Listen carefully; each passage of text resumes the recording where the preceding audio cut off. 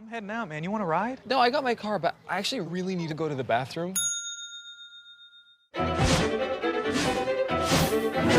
Dude, are you okay? I am definitely buzzed. Yeah. I think I will take this, and I will take that ride home. If there's one thing every car guy hates, it's cleaning the garage. Do you want to take most of the time and hassle out of that job? Then call Zone Garage of Eastern Pennsylvania and New Jersey. Agnes and her crew will have your garage, shop, basement, or even your porch looking great all the time. With unique patterns and designs, plus the ability to incorporate your logo or any artwork, your space will never have looked better. Installation is done in 1 day, guaranteed, and Zone Garage offers a 20-year warranty on the top coat. Their coatings are durable, anti-slipped, and impact resistant. Give them a call at 570-856-6067. That's 570-856-6067 for Zone Garage of Eastern Pennsylvania and New Jersey.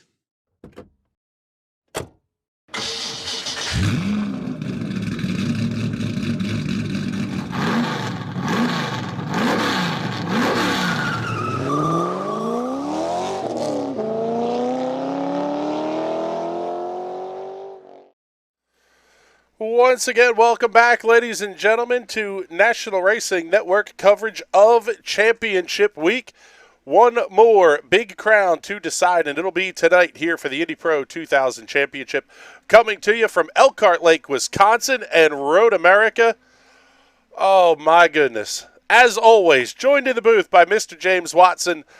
James, is there a better road course in this country than Road America? I know you could argue Laguna, you could argue Watkins Glen, you can argue Road Atlanta. Hands down for me, Road America is just incredible. Yeah, well, everyone knows my taste in road courses is trash since I still consider Sonoma the best track in the country, but your choice is definitely not wrong. This is the quintessential American road course. Tough, hilly, barely any runoff, one little mistake, and you will end up in a big pile of carbon fiber. There is not a single corner on this track that you can take lightly. Even the kink will shove you in the wall if you don't take it right. Yeah, I was going to say, the kink, even though it's not a corner, it's a kink. But the important part of that is it can definitely screw your night up in a very big way. Qualifications just getting underway here. How about it, James? 20 cars in this top split, 40-car entry list for week number 12. Love to see it. That says the PM18s are healthier than the idiots on the forums would have you believe. Don't get me started on that, please. I already wasted enough time yelling at people on that. I was trying to get you all jacked up, but I guess it's not going to work. Taking a look at the point standings heading into tonight, John Bedifer is uncatchable, 1,536 points. And let's see if we can't find Mr. Bedifer here. He's working his way around Road America.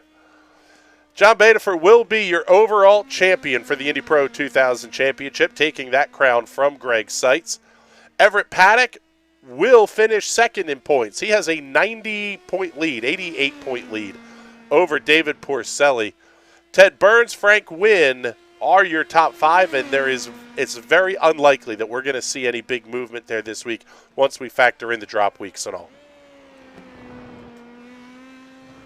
Yeah, at this point in the season, that type of gap is absolutely insurmountable. It's going to take a miracle of an SOF to pass that, and yeah, that's just not likely. Not only a miracle of an SOF, but there are, unlike the Silver Crowns, the Sprint Cars, some of the other series, there's more than one SOF race each week for the PM18s. So the reality of things is, you might beat the field tonight, but you're going to have another good one tomorrow that you would have to beat as well. Yeah, and it's unless you're the alien to end all aliens, or you have a really stout setup, being able to dominate both is and a get tough help ask for anyone. and get Yeah. help. That's going to be the other part of it. Looking at the point standings in Division 2, Chris Preston with a 51-point lead over Nagisa Yashikawa. He should have that title wrapped up. Jason Owens looking like he will finish third, but Mike Holler is only 3 points back heading into tonight's race. So that fight for third in Division 2 is most certainly not over. That will be one to keep an eye on. Taking a look at Division 3, that's another battle that is absolutely settled.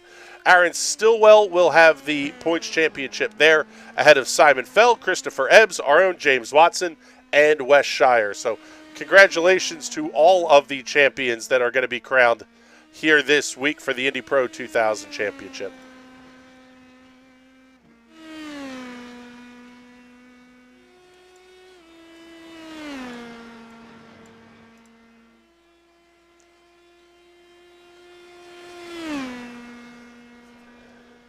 You'll see 3 minutes and 49, almost 4 minutes have ticked off here, and we still don't have a lap completed. That's because this place is so darn long.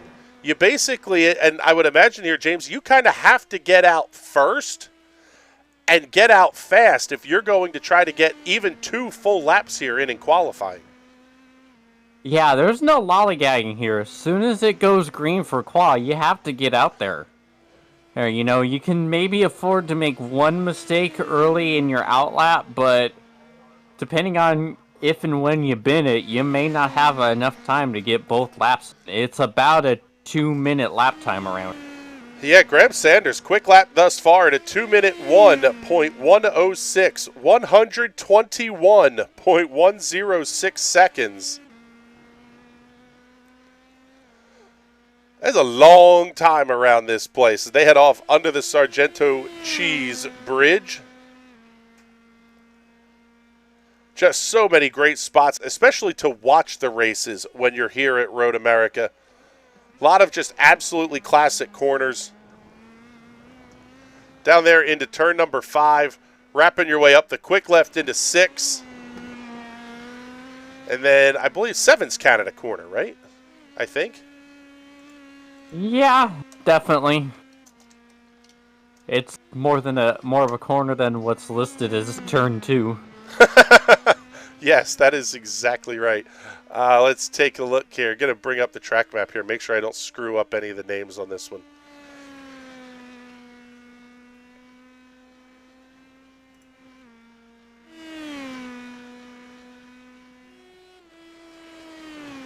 Let's pick up, let's see here.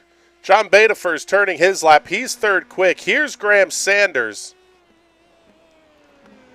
Team cars first and third. The geodesic team, Everett Paddock, separating those guys out.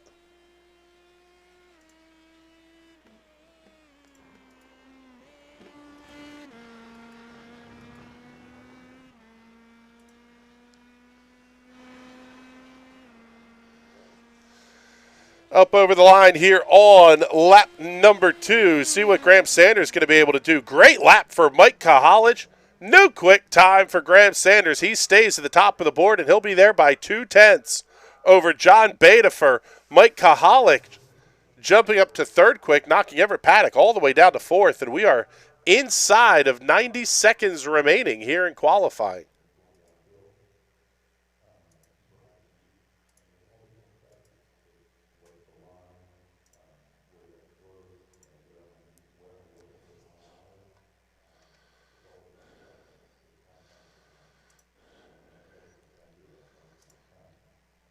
Ted Burns moves up to second quick on the speed chart. Let's see what Everett Paddock's going to be able to do as he's going to close out his second lap. David Porcelli working his second lap. Nagisa Yashikawa did not score on lap number 1. Everett Paddock up and over the line. See what lap number 2 looks like. It's a good one. 2:01.349 puts him up to the 4th position. pick up Nagisa Yashikawa here, see if he's going to be able to get a lap in. Slides a little bit wide. And that's one of the things here, James. Not only is this place fast, but it is extremely technical. So many places to make that little mistake. Yeah, a lot of these corners, you come up to them and you're like, oh, it seems simple enough. I can nail. Nope. If you take this whole track lightly, it will hurt you. Especially down into here. Canada Corner. All my homies hate Canada Corner. I've seen so many. Oh, I don't think Nagisa didn't get his second lap in, didn't he? No, he did not. Nagisa Yashikawa did not get the second lap in. He will have to start this race from shotgun on the field. Ouch. What a heartbreaker for Nagisa Yashikawa.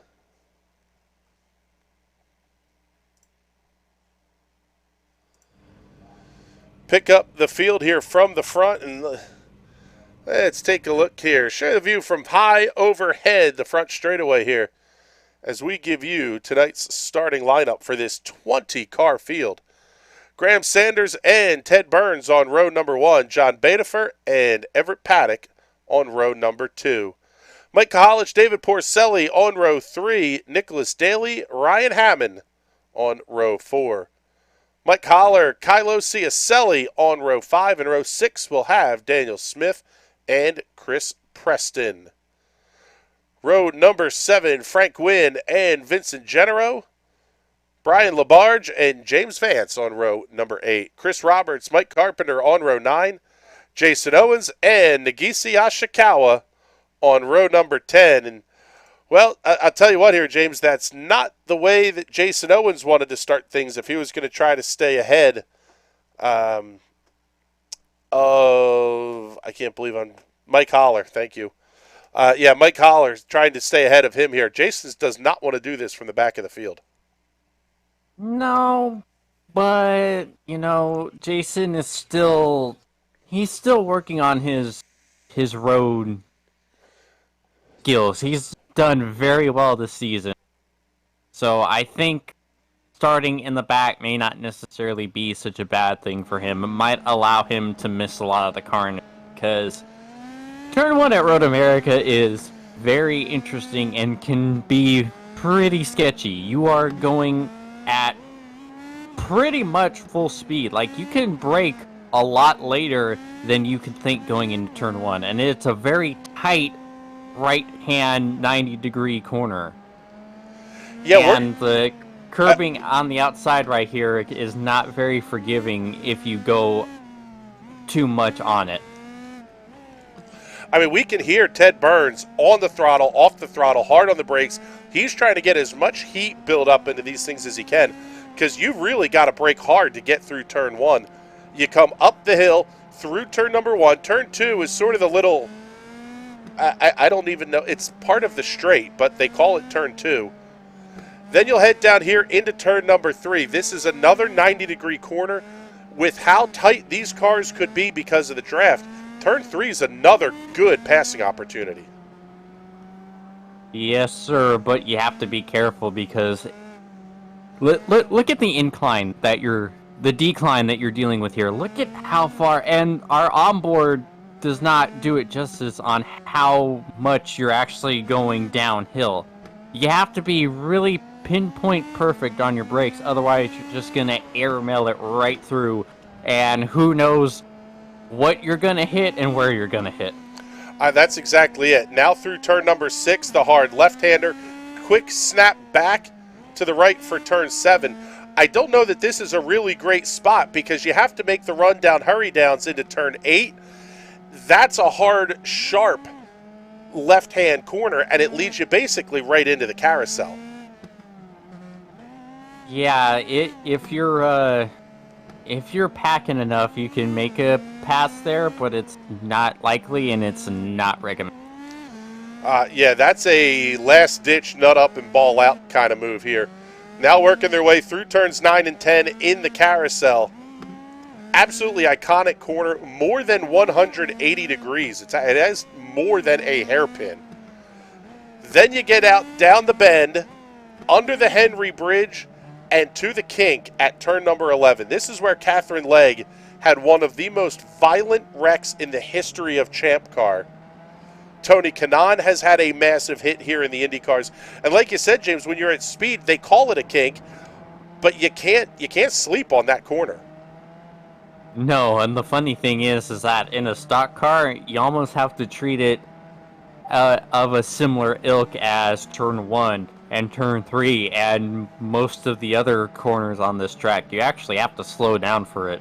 There's enough downforce on these cars where you can take it flat out, but there's not enough downforce compared to the Indy car where you can take it flat out and not think about it. Every time you're like, I don't know about this, I don't know about this. So we just made the run through Kettle Bottoms and Canada Corner, down through Thunder Valley.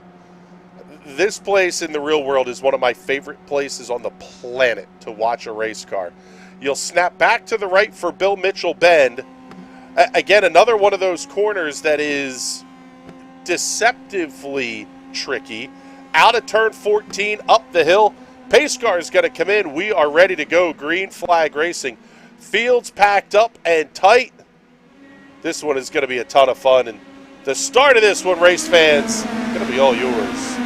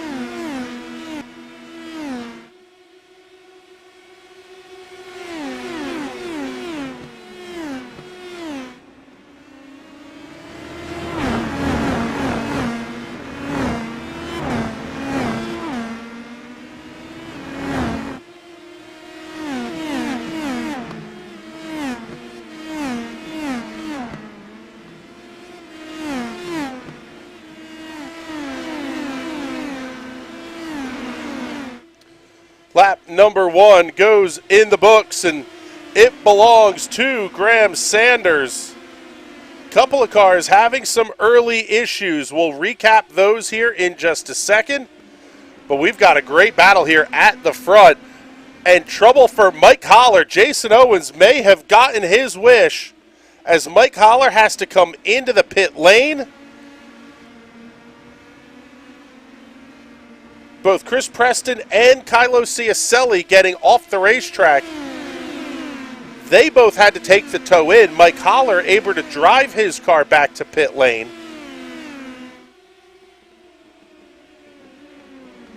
Man, what a battle for the lead here, though. Oh, and there's big contact. They're going to wad him up. Ted Burns is involved. Ted Burns, John Bedifer hooked together and into the tires. Oh, my goodness. Wow, I was just about to say he was stuck between a geodesic and a hard place. Get it? Because geo rocks. Oh, man. Hard place. James, you absolutely nail it again. Thank you, sir. Let's take a look at it again. See what happened here. Down. This is the run into turn 5. Oh, man, looked like the two of Sanders just slid wide. Or, excuse me, the two of John Beta first slid a little bit wide. Man. Yeah. Do we have like a chopper view of that? Because I'd like to see yeah, we can do angle. that. We can absolutely do that. Ask and ye shall receive, my friend. Hooray! Take a look at it again from the overhead. The NRN drone following this one down into turn 5. Oh, man, that was just a huge overcooking of the corner. Yeah, that's what I mentioned about the eating it through if you're not careful on the brakes.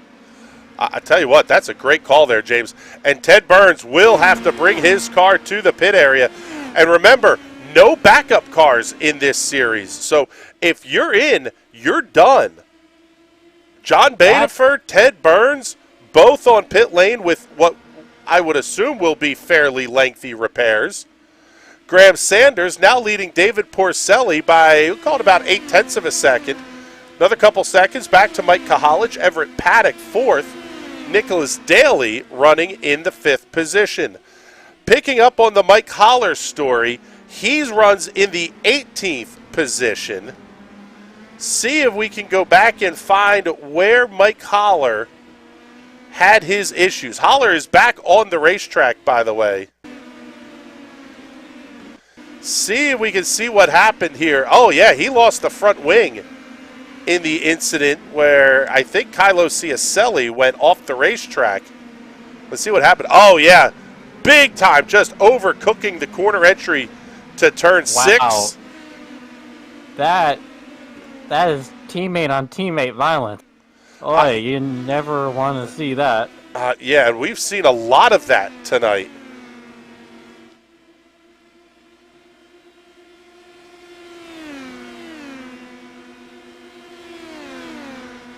And it was a very clean first lap, too. We'll come back here and replay the start of this one for you. Yeah, there's just too much craziness to talk about right now. Clean run, man, a little bit of a bizzle there down the front straightaway, but... Okay, maybe a lot of a bizzle down the front straightaway. Ooh. It's a good thing the wings are spec made to a specific length between all cars, because if John's wing was just a little bit longer, that would have been completely lodged in the rear of Teddy's car right there. You can't get any closer than that. Yeah, I mean, that's it. And we got a good look here. The start was clean. The battles were good initially. And then it seemed like all hell started to break loose here. Graham Sanders, David Porcelli still 1-2. We'll slide back here. Pick up Mike Kahalich and Everett Paddock. Porcelli setting the fastest lap of the race last time by.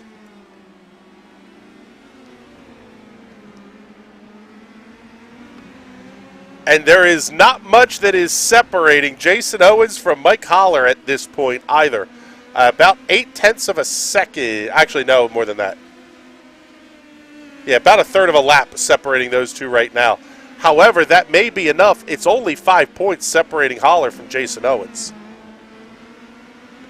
Yeah, with how the SOF works and how it deems what points you get for whatever position, with the big spread of high rating guys we have here, one position is probably going to be a lot more than 5 points at this point. Yeah, that's basically it. Jason Owens has it right now, but he cannot lose that spot.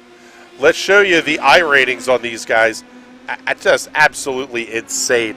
The greens are B-class licenses. The blues are A-class.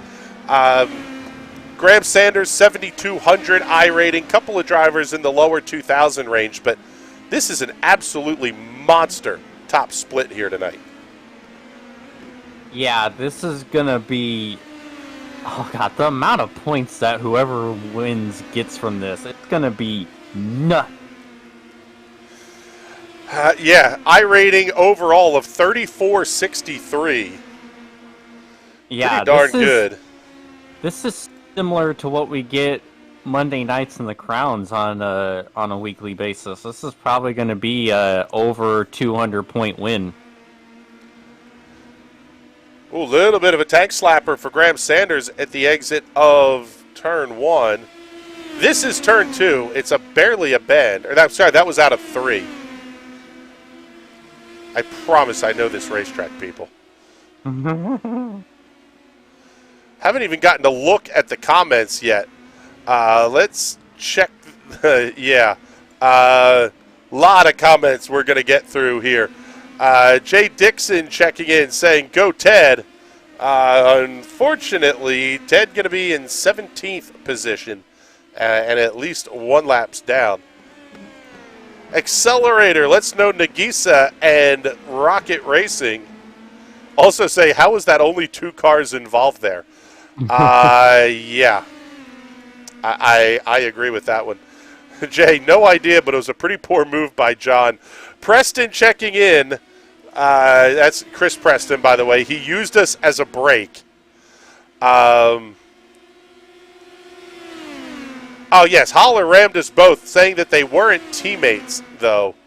Yeah, unfortunately, a couple of big mistakes early on by drivers that you might not ordinarily expect to see mistakes out of.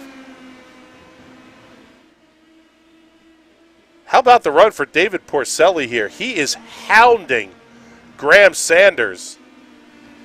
And at this point early in the race, James, you can sort of just sit there.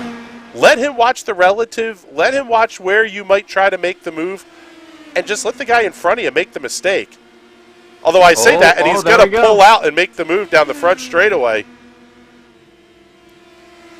Tight into turn 1. New race leader, David Porcelli. What a pass into 1.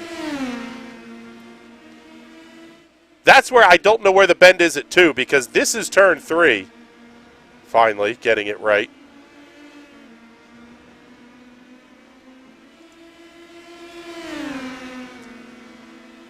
Man, Sanders going to come right back. He is getting a fantastic toe.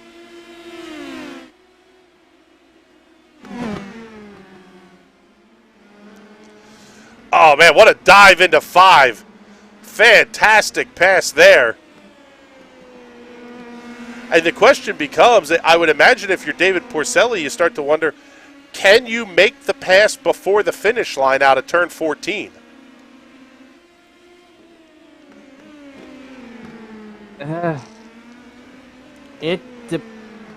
It's possible, but I don't.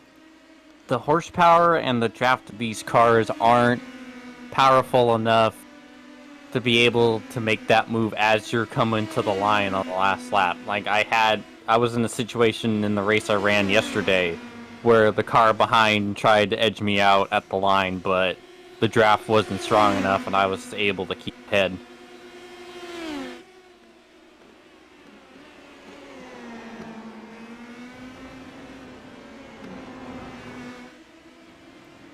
Man, what a battle this is at the front of the field. They're trying it through Canada Corner. They're trying it through Thunder Valley.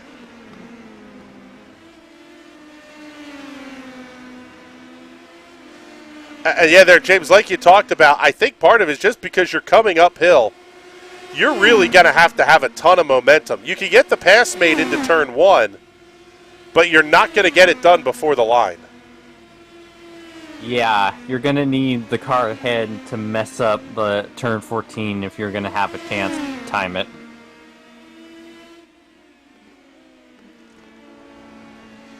So Porcelli goes right back to the race lead.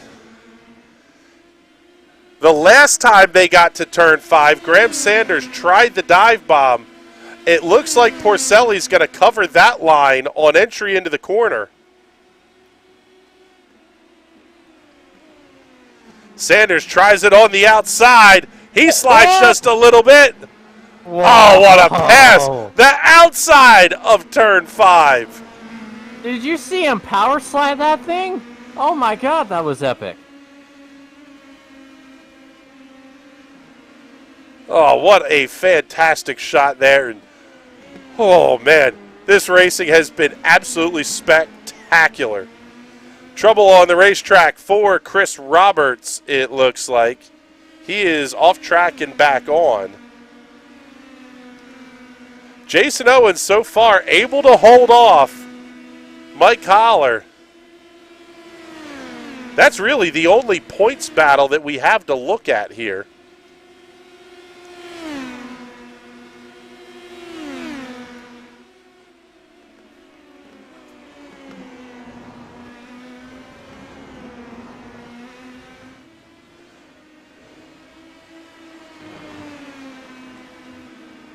This fight for the lead is good.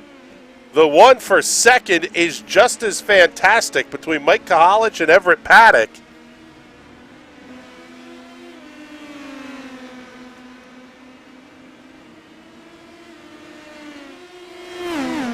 Candice Gonzalez checking in here, giving some love for David Porcelli. Everett Paddock coming around, Mike Kahalich down the front straightaway. He's going to pick up the third position. Graham Sanders comes back around on the front straightaway. Basically, to me, it kind of sounds like you want to be leading. Or you want to be second on the white flag lap. Because from there, you can try to fight and hold them off. This is crazy. This is probably about as close to a pack race as you can get on a road course that isn't a roval. Yeah, and the gap is closing here at the front, too. If Kahalich and Paddock would get in line and try to make the draft work a little bit where you can, they very well could catch the front, too. The gap right now, only 2.5 seconds to first and second. And see, I wonder if they're aware of that, because you've noticed they haven't really been swapping positions back and forth for the lead the last lap or so. I feel like they've probably picked up on that and are kind of keeping it status quo, trying to pull away and make sure it's just those two battling it out for the win. Yeah, if you're David Porcelli, you don't want them catching purely because it's another geodesic card that you're bringing into the fray. Yep. And if you're Graham Sanders, now you're going to have to fight 3 really good drivers. A teammate, Everett Paddock, and the guy who's been hounding you for this entire race. Yeah, because look at when David and Graham went through Canada Corner right there. David had an ability to make an easy pass. You know, Canada Corner isn't a great passing zone, but it's a good passing zone. But he just elected to stay in line. They're trying to pull away.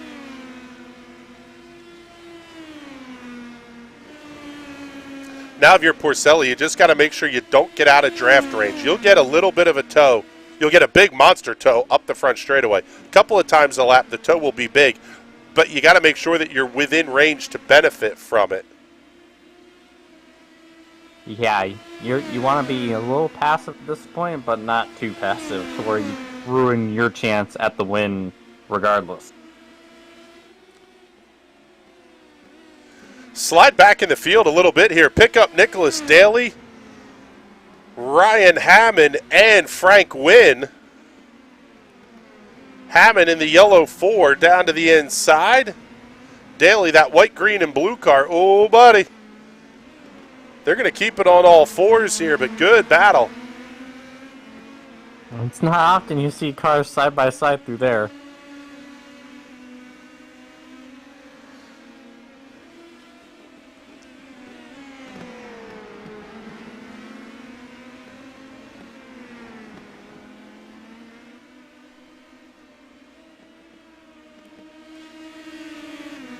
This battle going on about 6.5 seconds behind Mike Kahalich and Everett Paddock. We're back to a fight for the lead.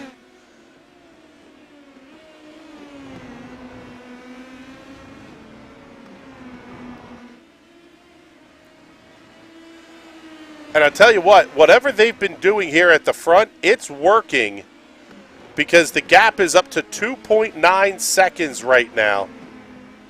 For your front 2 cars, as they're going to come around to put lap number 10 on the board. It'll be 6 laps to go.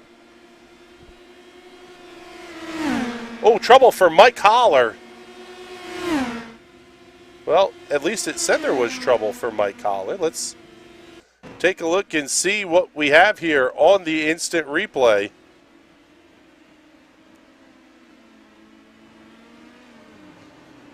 That's there it is. Yeah.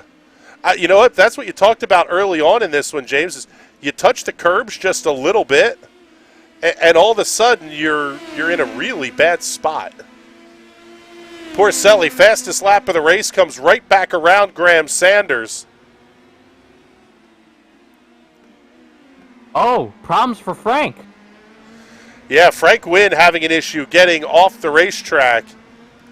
Take a look at that one here on the replay. 3 wide down the front straightaway. Oh, a little bit of contact. Dipsy-doo dumperoo. Frank Wynn stuck in the kitty litter, and he got back on the racetrack, but it took him a while, and then he had to take the tow back into the pit area. Man, another driver really surprised. And who does that benefit? Jason Owens and Mike Holler. It's another slot up, and if you're Owens, you almost want to be like last and next to last with Mike Holler, because at least you know neither one of you is getting points. But the farther up this battle goes, the more points you're going to earn for 13th and 14th versus 14th and 15th. Serious. Yeah, this is starting to fall into their favor.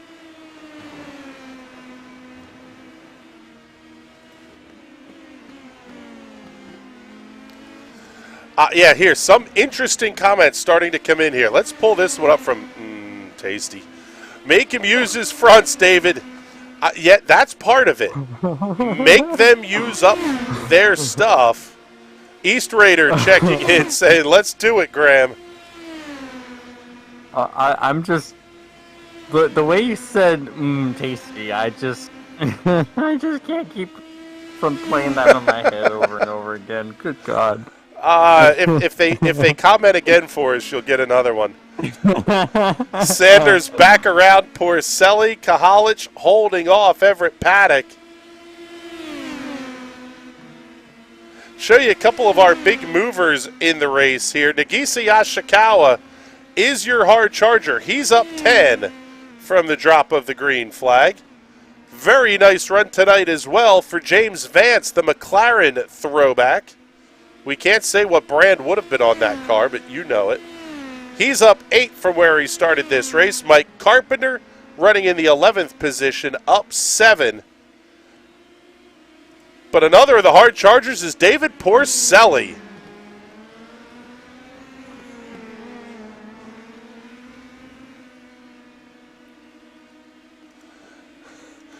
Oh, there's another comment coming in that you're going to get here, James. Accelerator checking in saying, oh, my. Oh, yeah. That's basically what's going through your head watching a lot of these battles and moves. It's like, oh, that's it. My. You know what? Like right now, oh, my. Here's the question from East Raider. Do you want the draft or the lead coming to the white? I honestly think you want to be second coming to the white flag. Take the draft into turn 1, make the pass there, and then just bizzle the living hell out of anybody behind you. That seems to me like what would be the most logical way to run this. You don't want to have to try to make that pass really kind of balls deep into turn 5, the ugly swing around at Canada corner, something like that. You want to be second coming to the white flag. Yeah, and I can speak from that from personal experience in racing against a friend of the network, Christian Jasper, in the goddamn open wheel series in these cars at Okayama. I knew that Jasper was faster than me, but I was able to stay in his draft the entire race, and finally, with like 5 to go, he made enough of a mistake to where I pulled ahead and was able to hold him off. I wouldn't have been able to do that had it not been for the draft. So being second and waiting for the car ahead to screw up, or even timing your pass correctly, that is the key to victory here sometimes. As crazy as it sounds. You know what? Seeing how the lead is swapping through turn 5, though, it's almost like if you make the pass into 1, you're the sitting duck. You have to sit there. It's almost, when you're this tight, you're always better to be the car chasing because you know when the move is going to happen. The leader has to protect at all times. So the car that's in second gets to play offense. But as soon as you if you make that move into turn 1, you've now opened the opportunity back up. We're seeing it here. We're going to swap the lead for the 3rd time this lap coming into Canada corner.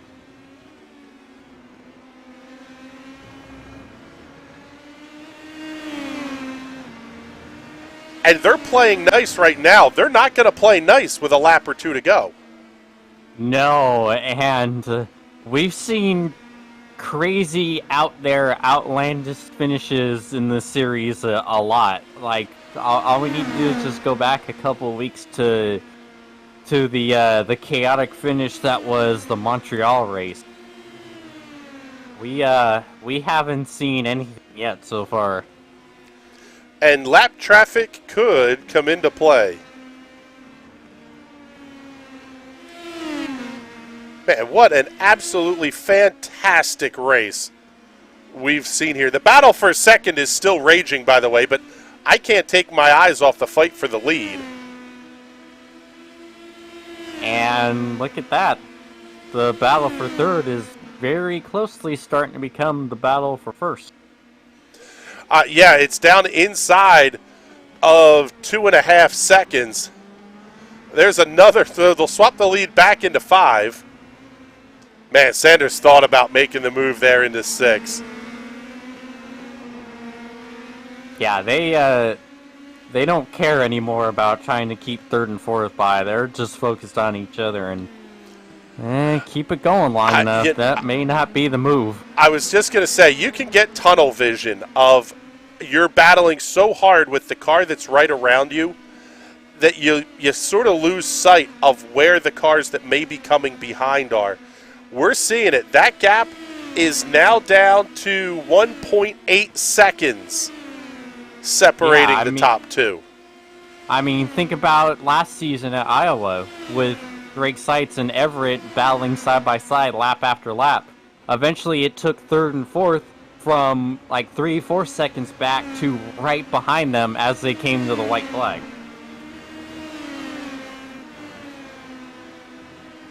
God, you just can't get any closer than that. Oh.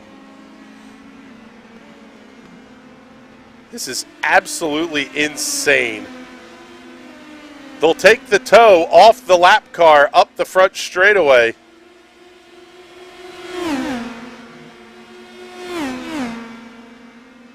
Can I just say how terrifying that is as the lap car when they're using you for a tow? You're like, I'm trying to get out of the way. Don't get that close.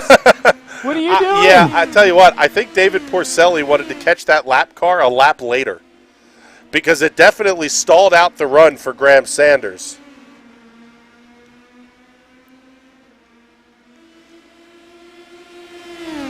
Now Everett Paddock and Mike Kahalich are going to benefit from that lap traffic. At least a little bit, anyway. The gap back up over 2 seconds, by the way. Side by side into turn number 5. Porcelli forces Sanders just a little bit wide. I tell you what, when you run side by side through these corners, a tiny twitch on exit, and all of a sudden the lead cars are junked off the side of the racetrack. And we're talking about a battle between Everett Paddock and Mike Kahalich for the win. Yeah, you never want to give netcode the opportunity to rear its ugly head. That's a great point. This is not, as much as it looks cool and it looks real worldish, it's very not. And sometimes the computers just kind of lose their shit. That is an ugly spot to be in. Oh, man, the gap now down to 1.4 seconds separating Graham Sanders from Everett Paddock.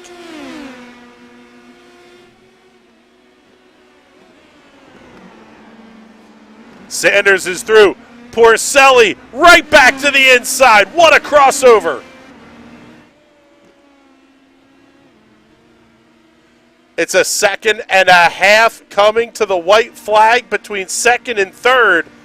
but the battle is going to be for the win. Unless they get a hell of a lot more aggressive up at the front, I don't think there's going to be enough time for third and fourth to get back up there. If they have one more lap, they'd be in a good spot, but I don't think they're going to be able to get there in time. Sanders stays in line through turn one. He doesn't make the pass there. This is what we were talking about. You want to decide when you make the pass, not give that ability to the second place car if you become the race leader. Last one to make the first move.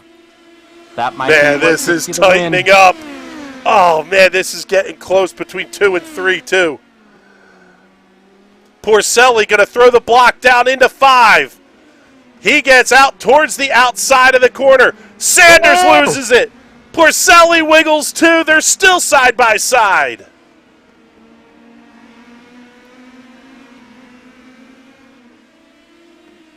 Cue the Jaws theme. Everett Paddock might have a say in this after all. I'm on the edge of my seat right now. Seriously, if I get on any closer, I'd be eating my mic. This is enthralling.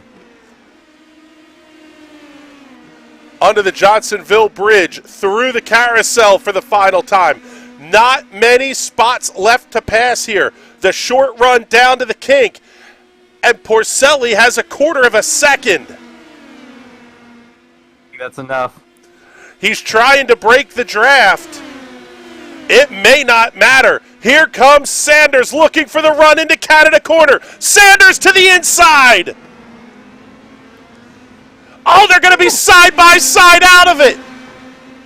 What a run into 13. They're going to stay side by side.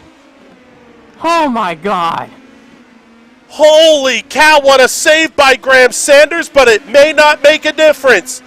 The run up the hill. Final twin checkers in the air. David Porcelli gets the win at Road America. Woo. Oh my goodness.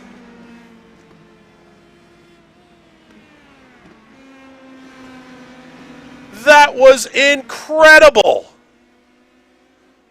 And how about Everett Paddock and Mike Kahalich finishing 3/4 of a second back? They were 2.5 seconds back with 2 to go. Oh my goodness. Wow. The lead swapped 4 times on the final lap. We're going to show this one to you again. Just enjoy this one, folks.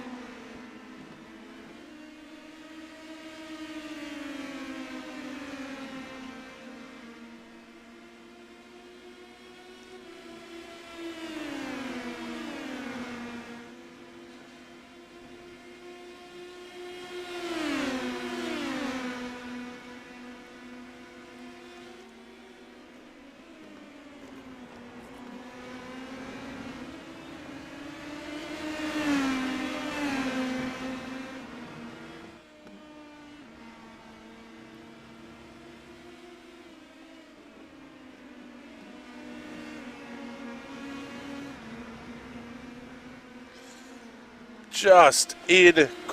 incredible. What a finish to the Indy Pro 2000 Championship here this season. We're waiting on our podium drivers to get into the interview room. Let's show you the race results first. David Porcelli, the winner by a 10.5, we'll call it, over Graham Sanders. Everett Paddock finishing 9/10 back. Mike Kahalich right there as well. Oh, my goodness, what a finish. Ryan Ham, Nicholas Daly, Daniel Smith, James Vance, Nagisa Yashikawa, and Mike Carpenter will complete the top 10. Vincent Genero, Chris Roberts, Jason Owens, Mike Collar, Ted Burns, Brian Labarge, John Bedifer, Kylo Ciacelli, Frank Wynn, and Chris Preston will round out the field here this evening. My goodness, what an incredible finish to that one. And we have our two protagonists in the room. Let's bring up first our race winner tonight. Get the replay queued up here. Oh my goodness, David Porcelli. Wow, that was absolutely incredible. Thank you. Yeah, what a race. Oh my goodness, such fun. Like, huge thanks to Graham for keeping it clean and respectful, and oh my goodness. You know, I think he had a little bit of pace on me, but the draft lock was just such that I was able to time it properly. I was sizing him up throughout the race to figure out what the easiest position to defend was. Once I worked that out, it was just a matter of going for it. One of the things that we talked about over the course of the broadcast was, did you want to be in the lead or did you want to be second coming to the white flag? What was going through your head there? You had the lead going to turn one, and all of a sudden Graham didn't take the shot into one. That seemed a little bit surprising to me. Yeah, so I think he worked out exactly what I had worked out, which is if you are in first exiting turn 5, the hairpin, I think it's turn 5, I might be wrong, but the hairpin at the end of the second straight, if you're in first exiting that corner, you got a really good shot of being first crossing the start finish. And I think we both pieced that together. I think he got it a little bit later because he was still taking positions into turn 1. And then he finally, on the last lap, switched his approach. And I knew I would have to defend down into the hairpin and make sure I came out of that corner in first place. Because when it comes down to Canada corner at the end of the third long straight, you don't actually want to defend there. You want to hold the outside line. That gives you inside line into the next corner and exit speed. And both of us were on that line. So it was really whoever was in front got to choose the racing line going into that corner, and that pretty much dictated, the momentum all the way down to the start-finish line. So it was less about being in first at start-finish and more about being in first exiting that hairpin. The thought process that's going through the drivers' heads on the white flag lap here is just absolutely mind-boggling to me. The next one that I sort of come to is, you talk about having the position there out of Canada corner. You guys were side by side through Canada corner and all the way to turn 14. Any worry that there was going to be a little slip up somewhere? Yeah, I was really anxious going up through there. Look, this is a clean season at this point. I think the last time I had any type of even 0x contact was at Road Atlanta turn 1 with Beta Fear. So we've all been super respectful of each other and given enough room to maneuver the car and do what we needed to do.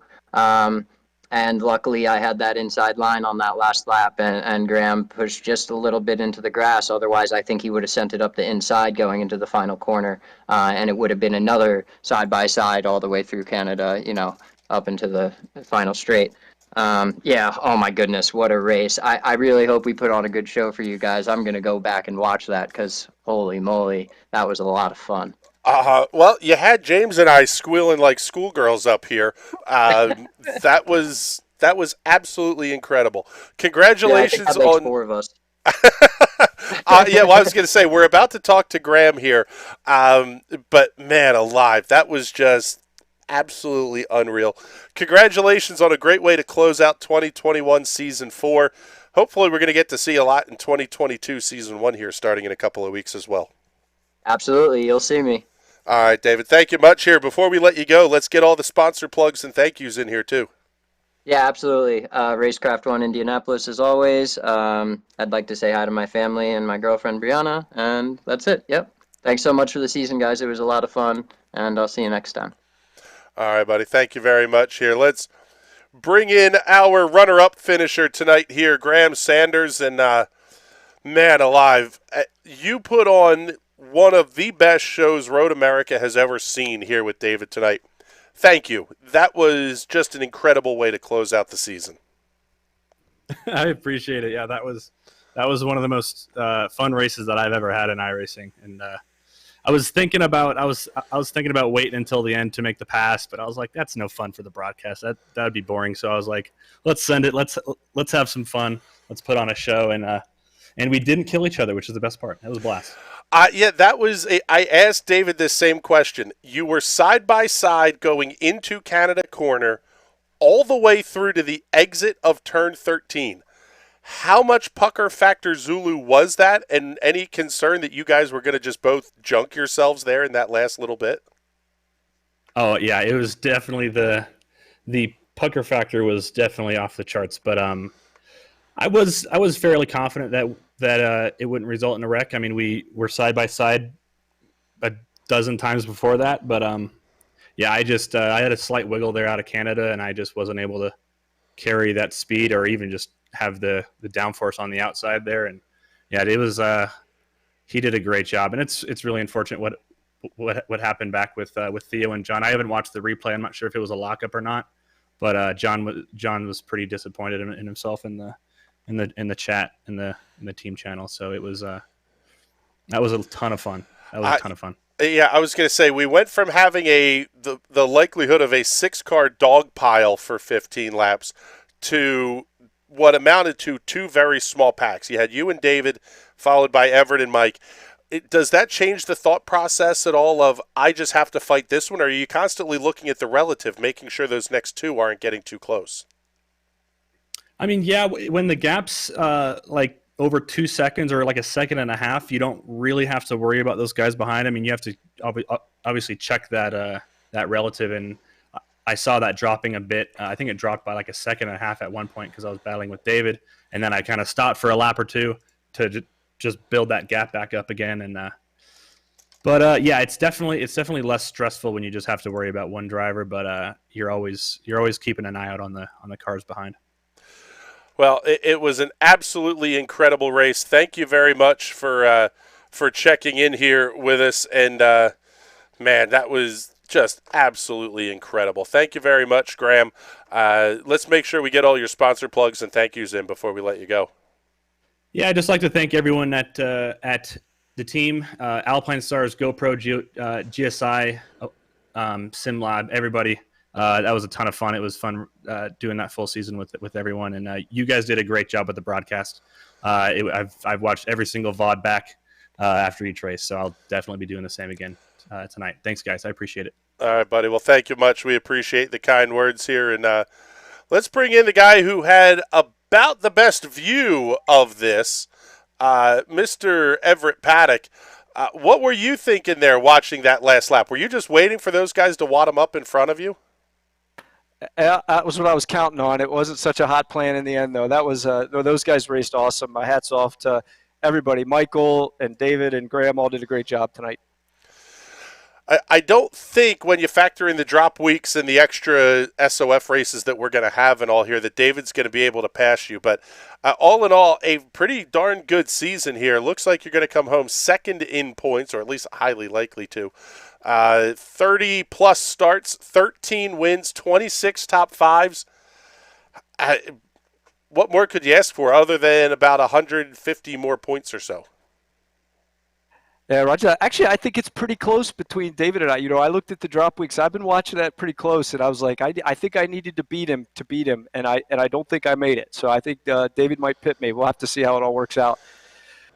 but all in all, still was I'll take I told David that in the chat before we got in here. I mean, he earned it with those wins at the win beating Graham, and he beat Bruno at Suzuka. Those were strong wins, man. I tip of the cap to the guy. He definitely earned it.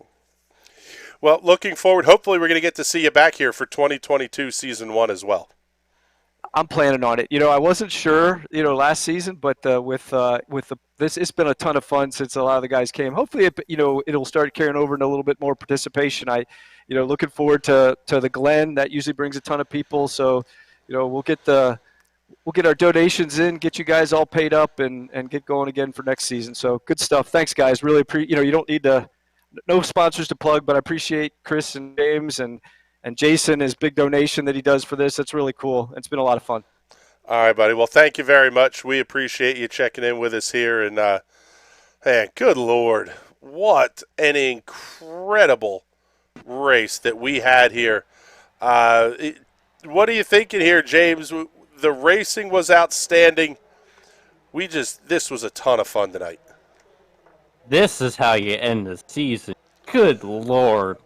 Yeah. Nothing like an absolute slugfest, heavyweight title fight to the line. Obviously, it wasn't actually for the championship, but still, like, watching David and Graham go counterpunch for 15 laps straight. That, you don't really get to see many races like that. At the very least, don't end in tears.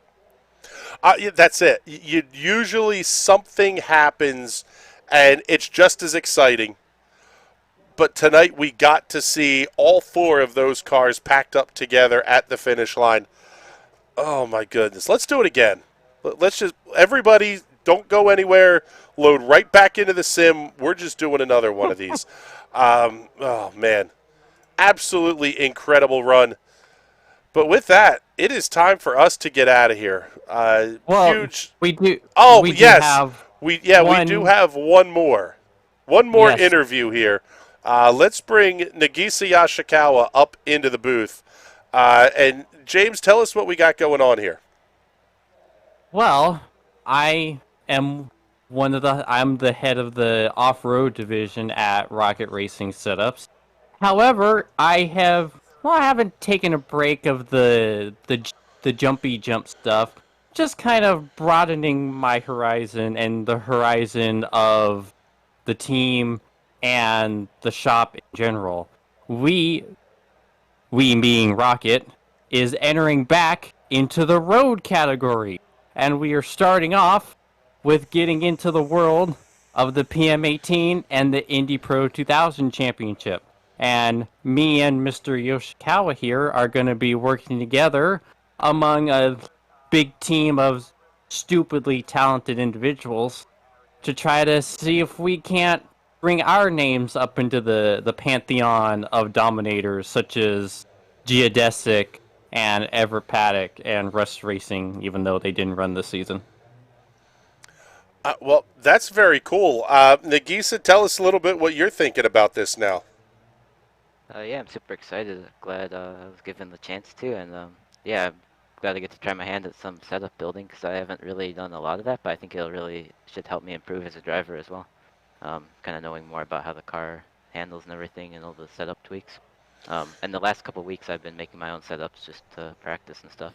And they've been running pretty good, so yeah, I'm excited. Well, it's one of those deals that it's always good to see new investment, fresh blood doing a lot of good stuff here in the PM18 world.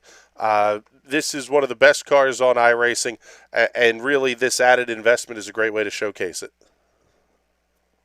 Yeah, I agree. I think obviously it's my favorite car on the service. I drive it a lot. But I think, yeah, it should help. And I hope we can, as a team, really kind of get to the front and, like James said, try and challenge some of the really fast guys and hopefully make a name for ourselves. All right, buddy. Well, thank you very much for checking in here, Nagisa. And, man, that was, good news to end the season. National Racing Network will be back for our regular Thursday night Strength of Field broadcast. Very, very much looking forward to that. And there's a whole lot more coming when we kick off 2022 season 1. Looks like we're going to have on Monday nights, we'll be back with the Silver Crowns. Tuesday night, big block versus small block modified racing before we get into some early season pavement sprint cars. And then we're going to pick things back up with the TNT series when they get rolling again in January. Just a lot of stuff coming up here on the National Racing Network. Wednesday nights, Burt Wojcik, Adam Rubright going to be back with the High Side Hustle. Going to have Thursday nights, same pair that we've had, the Grid Rival Ezra IndyCar Series, along with the Indy Pro 2000 officials. The Quarter Midget iRacing Club, the kids will be back. Hopefully we can get that schedule worked out with them as well. They would love to have us back. Hopefully we can get them in on nights that we have available. Just a ton of stuff coming up here and expanding real-world racing coverage as well. Don't want to miss any of it. But with that, it is time now to get out of here. For James Watson, camera design by Connor Baldwin. My name is Chris Graham. It's been a pleasure to have you hanging out with us. Week 13 is very, very quiet for us. We'll be back with, I think, next Thursday night with the Grid Rival Ezra IndyCar Series. Until we may find some other fun and frivolities to showcase too. But until then, we will talk to you all later. Have a good night, everybody.